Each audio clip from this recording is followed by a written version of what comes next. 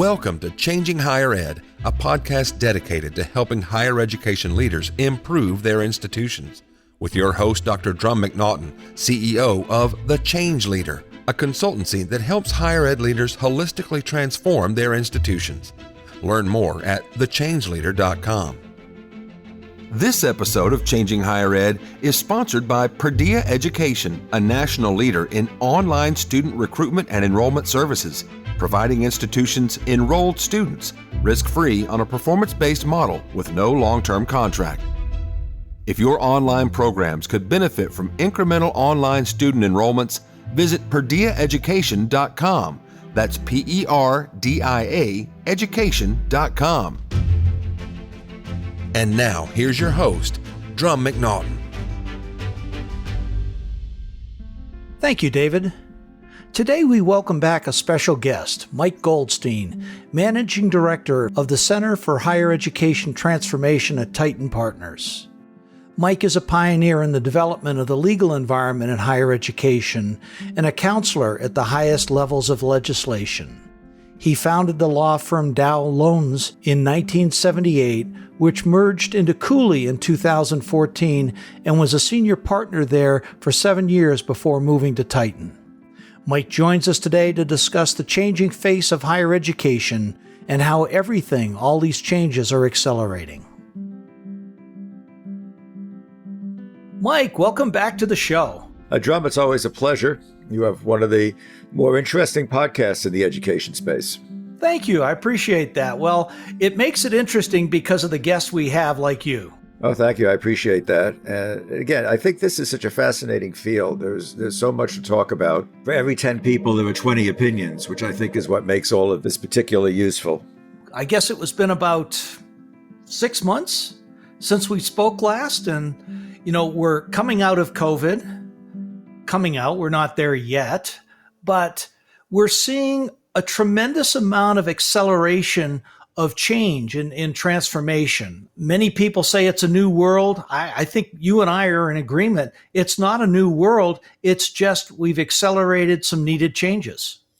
Well, I think there's a evolutionary theory that's applicable to this. The late Stephen Jay Gould, the very famous evolutionary biologist, had a theory of what he called punctuated equilibrium. And it was how evolution worked. And the notion that there's this steady state of change that goes on by little tiny steps, and little crawling creatures become 90-foot dinosaurs over some eons in a very logical development. And his theory, which seems to bear out, is that evolution tends to be a very slow process, except when it's not. And it's not when something dramatic happens, like a giant meteor strikes the earth in the Caribbean, what is now the Caribbean basin, and essentially ends the age of the dinosaurs and begins the age of the mammals. That's something that he argues possibly might have happened without the meteor, but over a much, much longer span of time. And what the meteor did was change the balance in a way that the evolutionary process was accelerated. And I think what we've seen over the past 16 months now is an example of punctuated equilibrium. Gradual change in higher education, greatly accelerated by a particularly dramatic effect. Now, it's not the only one. I would say the dramatic change that occurred before this one was the development of the internet. Mm-hmm. Which I think was equally a cosmic event. But it takes something like that to create significant change. And I think the difference between the development of the internet and online learning as a tool and what happened with COVID-19 is the internet created an entirely new ecosystem, an entirely new way to teach and learn. What COVID-19 did was took existing systems, and particularly online learning, and gave a huge kick in the pants to accelerate in the nature of a forced march. not in the nature of a logical development. And I think it went in two directions, which I think is useful. In K-12, I think everything shifting, and particularly in the lower grades, has actually probably set back the adoption of online learning by a decade. Mm-hmm. Because in so many respects, it didn't work well. And everyone is so eager to get back into the classroom. In higher ed, I think it's had the opposite effect. I think what it's done is it's proven that a great deal of what we do face-to-face can be done equally or in key respects more effectively online. And if we combine the best of online with the best of in-person education, we come up with the best combination of educational systems. So it didn't change the fundamentals of online learning. What it did is forced everyone to take a much closer look. And when I say everyone, I mean everyone, from the Western governors to Haverford, that everyone had to look at what they could do online. And I don't think there's really going back. Even the most dyed-in-the-wool, pure liberal arts institution is going to be looking at use of online learning in their residential community to enhance the learning experience. I mean, that genie is out of the bottle and very much can't be stuffed back in again. And everyone, to use the bottle analogy, everyone has now been forced to drink from that bottle. Well, it's not unlike the use of a catalyst in chemical reactions. You had COVID as a catalyst. COVID doesn't change, but it causes everything around it to change and accelerates a lot of those changes. And you're right, you can't put that genie back in the bottle. There are going to be institutions who will try to do it, but I think they're going to go the way of the dinosaurs. Well, I'm not sure of that. I mean, I think the Haverfords and the Amhersts and the schools like that, I think will continue, and I think will continue to prosper in their own context. I mean, the notion of a residential campus, of a learning community, I think will remain attractive for those students who have the time and the resources and the inclination. And it is a very valuable learning experience. What the COVID experience has taught us is that you can combine that kind of an experience with an online engagement. You don't have to change to online. You can integrate online. And again, I think there are schools that are going to say, been there, done that. We're cutting the wire. We're going back, doing it the old-fashioned way. And I think many of them will succeed in doing so. But I think that we need to be comfortable with the notion that we have an exceptionally pluralist system of higher education in this country. It's pluralist in terms of the nature of education. It's pluralist in terms of the management and ownership of education. And it's pluralist in terms of the population of students. And we have to figure out how to use the best instruments and the best resources. I think the comments that were made, and I think it was U.S. Senator, former president of University of North Carolina, among other things, Secretary of Education, and his name eludes me for the moment, but said what we really need is a faster, better, cheaper system of higher education. And he's absolutely right. Mm-hmm. And that means mixing a lot of different processes. And I think that this administration, with its focus on not just traditional higher ed, but on workforce development, and upskilling and reskilling, and supporting community colleges and HBCUs, as well as R1 institutions, I think all fits into that same highly pluralistic models. And I think the wide acceptance of online is going to accelerate that. I think you're absolutely right on that. I think it's going to depend on, obviously, learning models, pedagogies. It's going to depend on who your audience is, whether it be undergraduate, graduates. There are definite advantages to one over the other, depending on the type of student you're teaching. Oh, it's very much dependent on the student. I think the traditional 18 to 22-year-old, which is, by the way, I wouldn't say it's a vanishing breed, but it is a demographically declining number, by and large, learns better with at least some level of face-to-face instruction. There's pretty good evidence of that. That changes with adult learners. It changes dramatically with adult learners who are otherwise employed or homebound. So again, there is the recognition that when we talk about college students, we're not talking about 18 to 20-year-olds who, go to class during the day and party at night. It's a population, but it has been a minority of the college population for a whole lot of years now. Most definitely. And so I think, personally, your larger institutions, you say, and the more elite, your Amherst, your Harvards, your Ivies, things like that, for an undergraduate experience, by and large, online with a smattering of blended or hybrid in there. But I think many other institutions, especially at the graduate level, I think we're going to be seeing more and more of online becoming the norm. Well, as I said, I think what's happened is we've accelerated a trend that probably would have been in play a decade from now and is going to be in play this year. I think what we have is the punctuated equilibrium, the punctuated evolution.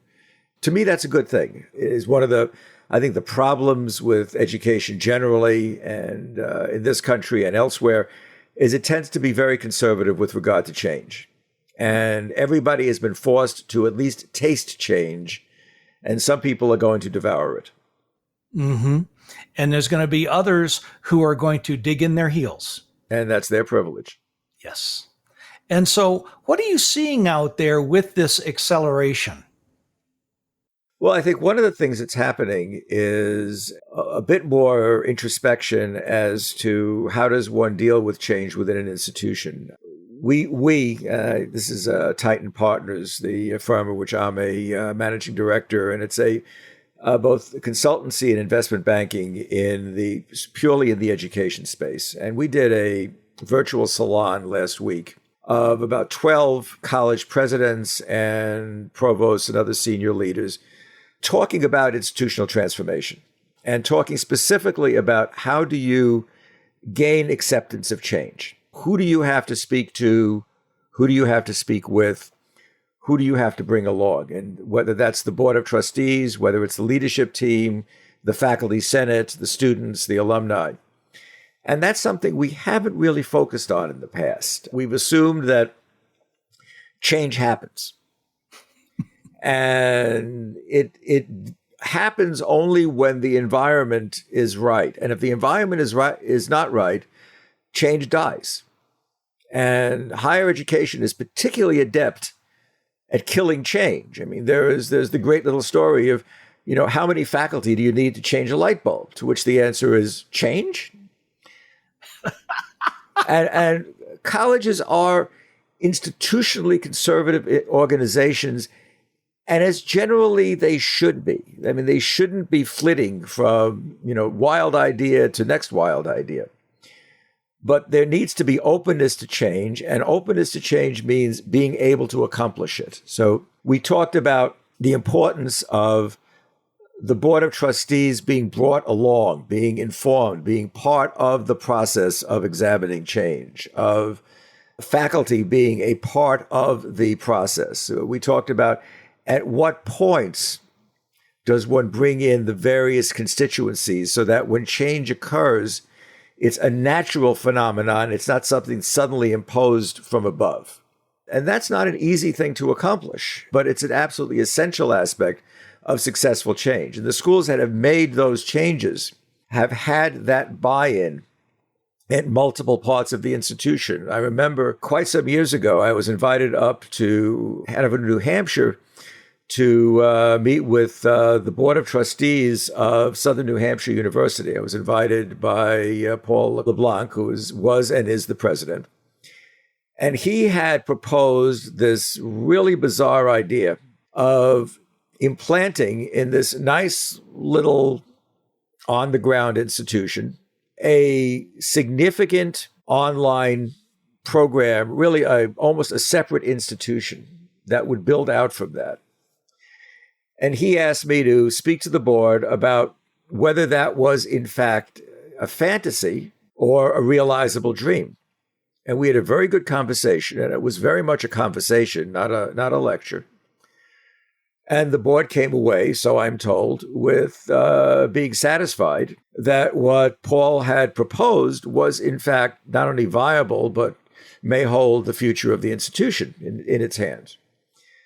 The rest is history. Yeah. A school of a few hundred students is now a school of around 100,000 students, with also, by the way, a substantial growth of the physical campus and the students on the ground that is subsidized by the very large number of students in the online program. So it's a best of both worlds, but there was an early socialization.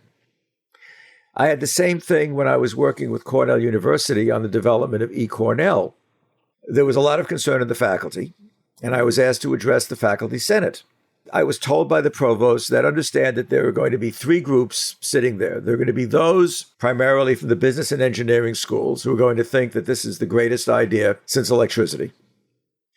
There are going to be those primarily from liberal arts who will think that I just emerged from hell. And there are going to be those in the middle who will have no idea of what I'm talking about and will care less. And there was exactly that discussion. Mm-hmm. And it was inconclusive, as she expected, and it had little bearing on the institution deciding to move ahead with eCornell, which has turned out to be an extremely successful venture. But there was an engagement. There was a discussion about what was being intended and why it would, for example, not intrude on academic prerogatives, why it would not divert funds from the core academic budget. And those are questions that need to be asked and need to be answered. And with those questions, what we always talk about is the need for transparency in decision making. When you have that transparency, you have the trust to be able to make those kind of changes and build the shared vision that's necessary for moving these large initiatives forward. Does that make sense to you? Oh, you're absolutely right. The worst thing that can happen is to seek to initiate change and have people not understand what you're doing and then misunderstand what you're doing, and then you're digging yourself out of a hole. And that can be fatal. Mm-hmm. One of the critical things that we do when we're doing strategic planning is and what you're talking about is what we call attunement. It's, you align processes, you tune people's hearts. And by bringing in stakeholder groups to have critique, to be able to make suggestions, say, this isn't going to work, or this is a great idea, modify the ideas. We call that our stakeholder attunement and input process. And this is what really, it's the secret sauce behind building the shared vision for any kind of initiative or strategic plan. Oh, absolutely. And I think it goes particularly if you're talking about any kind of transactional activity, any kind of a merger, partnership, affiliation. Transparency is absolutely essential. And the problem there, of course, is if you're negotiating some kind of transaction, you've got something called a non-disclosure agreement. You're intentionally pulling a screen across what you're doing, and yet you have to, at appropriate points, involve people so that they feel that something is not being dropped on them without their knowledge. That is one of the great challenges in doing transactions involving traditional institutions. This conflict between transparency, openness, engagement, and the necessity for the lack of that during the process of negotiating some kind of transaction. Well, I can only imagine what it was like with a large institution like Purdue when they were trying to acquire Kaplan. Well, it's fascinating there because what they did, what Mitch Daniels negotiated, and of course it helps if you were the former governor. True. Was to essentially set up a separate enterprise that was not an actual part of Purdue University. It was a new academic unit, a new part of the university system that had its own faculty, its own rules, its own budget, its own operation as a quasi-state entity. And that blunted the effectiveness of the criticism. It didn't blunt the criticism. Mm-hmm. I think one of the things there was that there was more discussed about it and more time spent discussing it than you would have expected. The difference was that he had very artfully insulated what he was trying to do from the Drumm and Drang, particularly of the faculty. Well, it's always the faculty, isn't it? Well,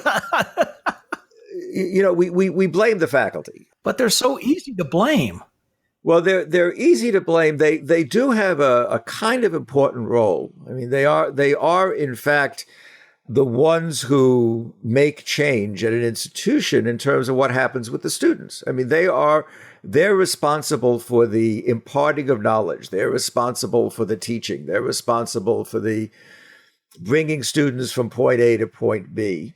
And they need to be comfortable that they're part of the institution, not a cog in a great massive wheel. Universities really don't think of themselves as industrial mechanisms. They're not factories where a student goes in one end and gets pounced on in various different ways and pounded and shaped and painted and polished and comes out the other way clutching a diploma in one hand and a huge amount of student debt on the other.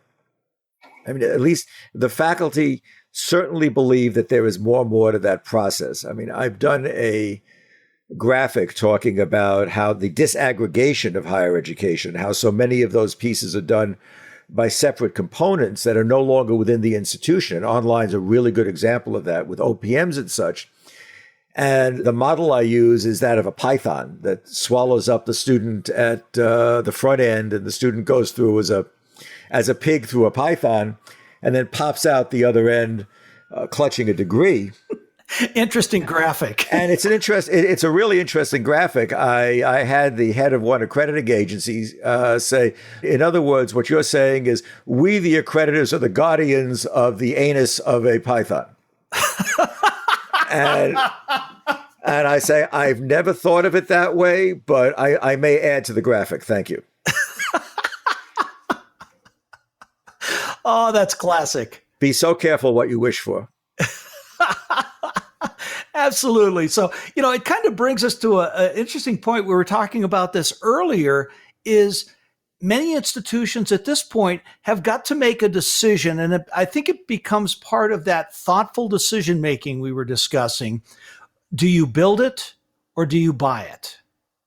Well, that's a really important point. I think one of the things that we've learned over time, and when you say it, I'm sure what you're referring to is an online capability.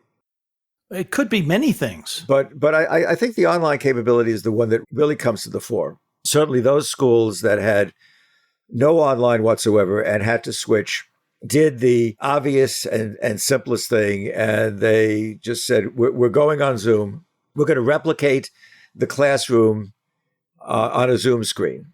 And which is easy to do. It's very inexpensive. And it is, in key respects, a simulation of a classroom. It's not so much online learning as it is remote learning, because it is a classroom experience translated to a remote setting.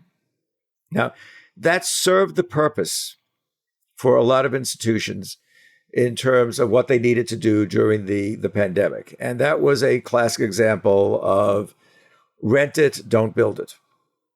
But what they rented was a electronic version of a classroom. Mm-hmm. What other institutions began to do was to take advantage of the broader capabilities of online. And then the issue becomes, do we hire a online program manager to convert our courses into courseware, which is not simply 20 boxes on the screen with an occasional slide going up with an outline or a map, but it's something that really deeply integrates the visual and audio experience with the learning experience?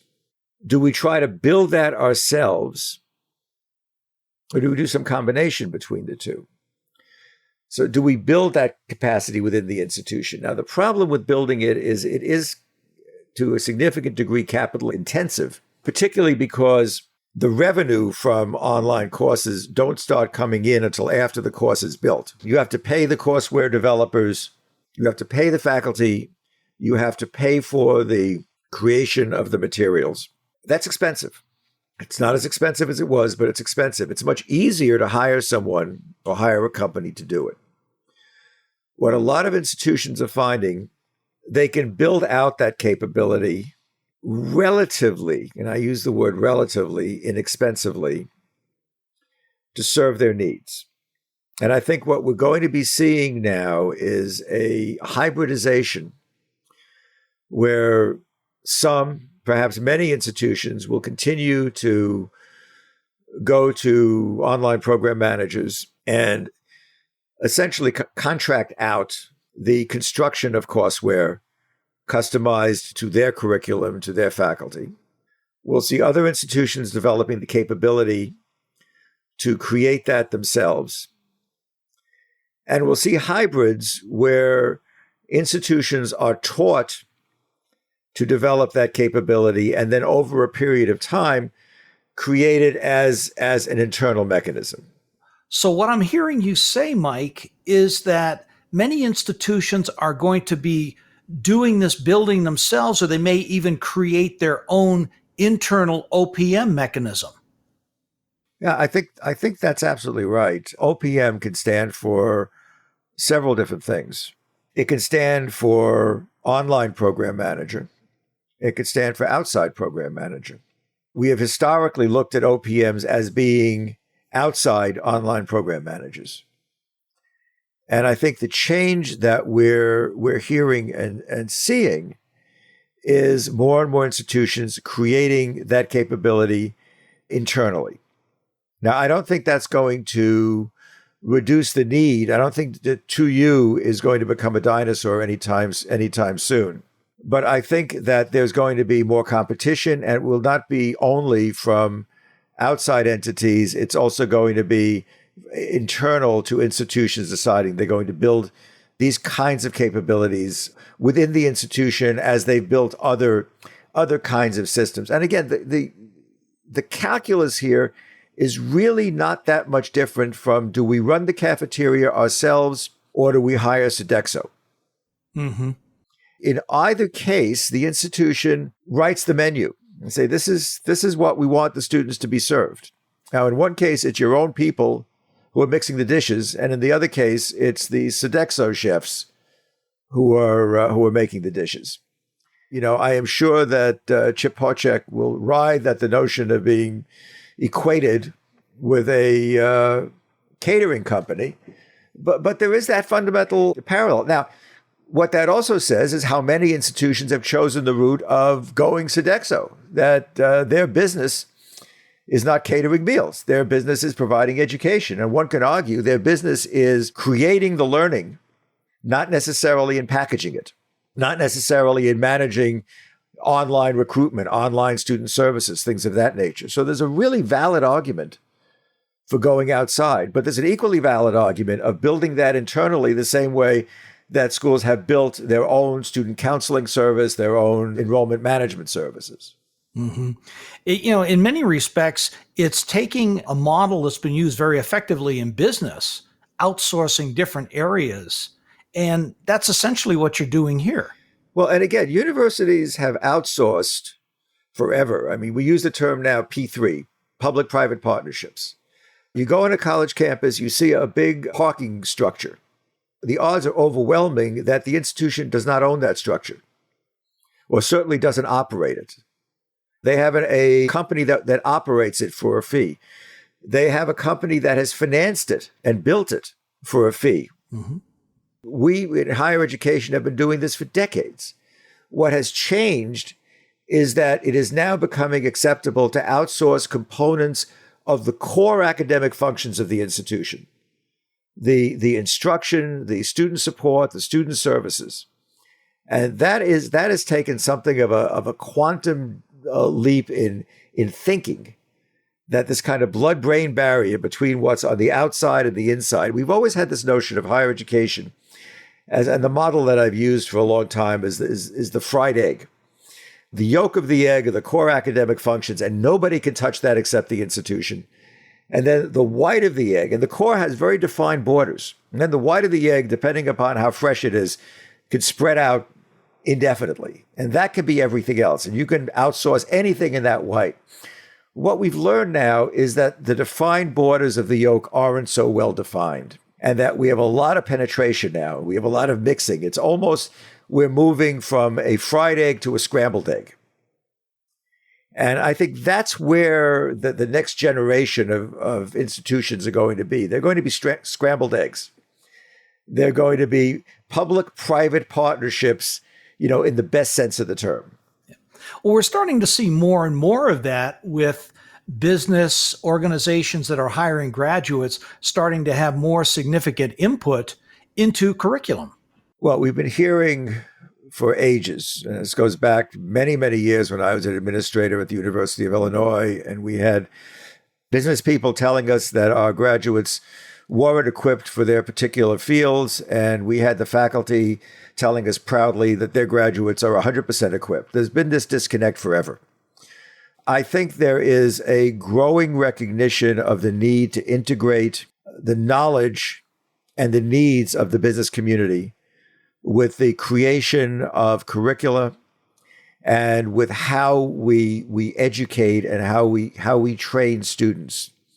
And the students this is why internships have become so incredibly valuable. This is why experiential learning has been so valuable. I've been a director for 40 years of the Washington Center, which is a large-scale internship program operating in Washington, D.C., with a couple of hundred institutions that participate with us. And the objective is to give a learning experience. So it's not just doing a job, but it's doing a job that's integrated with a learning experience. And what we're finding, what we found over the years, is that has a tremendous positive effect on the student, not just in terms of their knowledge of a field, but their abilities as a student. They come back to their campus as a better student, a more satisfied student. And I think we're going to see a lot more of that integration between, we call the world of work and the world of higher education. We're really talking about the same thing. We're talking about equipping students to be successful in the world of work. Mm-hmm. Part of the talent supply chain. Yeah. As well as, by the way, being an educated citizenry, which Lord knows we need. Oh, absolutely. Swapping topics here, M&A activity. We're still seeing M&A activity at higher ed institutions. Ed tech is exploding in this area. Any thoughts along those lines? Well, there's more money chasing education deals than there are education deals. That's clear.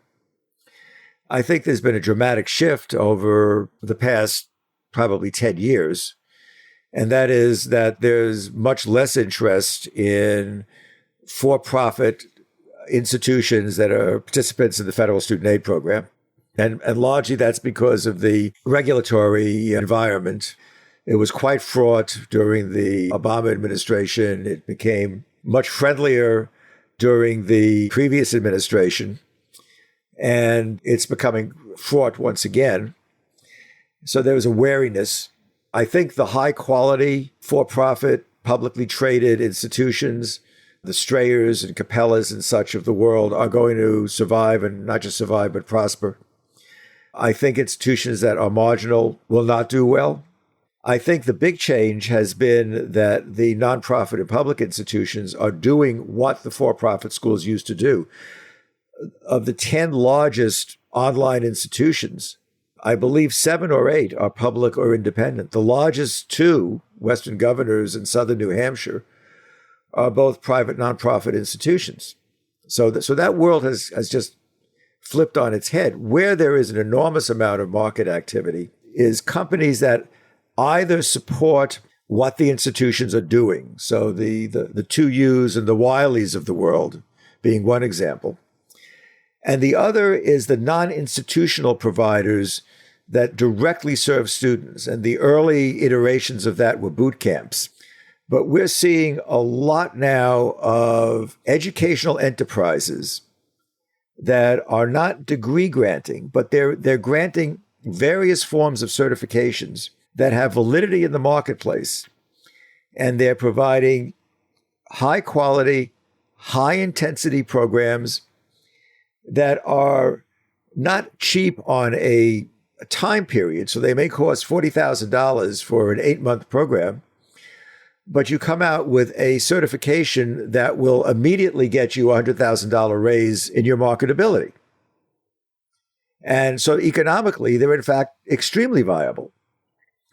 And I think what we're also going to see, and this administration certainly I think is poised for that, is broadening access to student support for programs that lead to certifications, not necessarily lead only to degrees. And I think that's going to open a much wider M&A market. I think the policing of that is going to be important. Everyone has learned a lesson that you can make good money in education, but the most critical factor is doing everything right, doing everything carefully. It is not keeping your eye on the bottom line. It's keeping your eye on outcomes. If you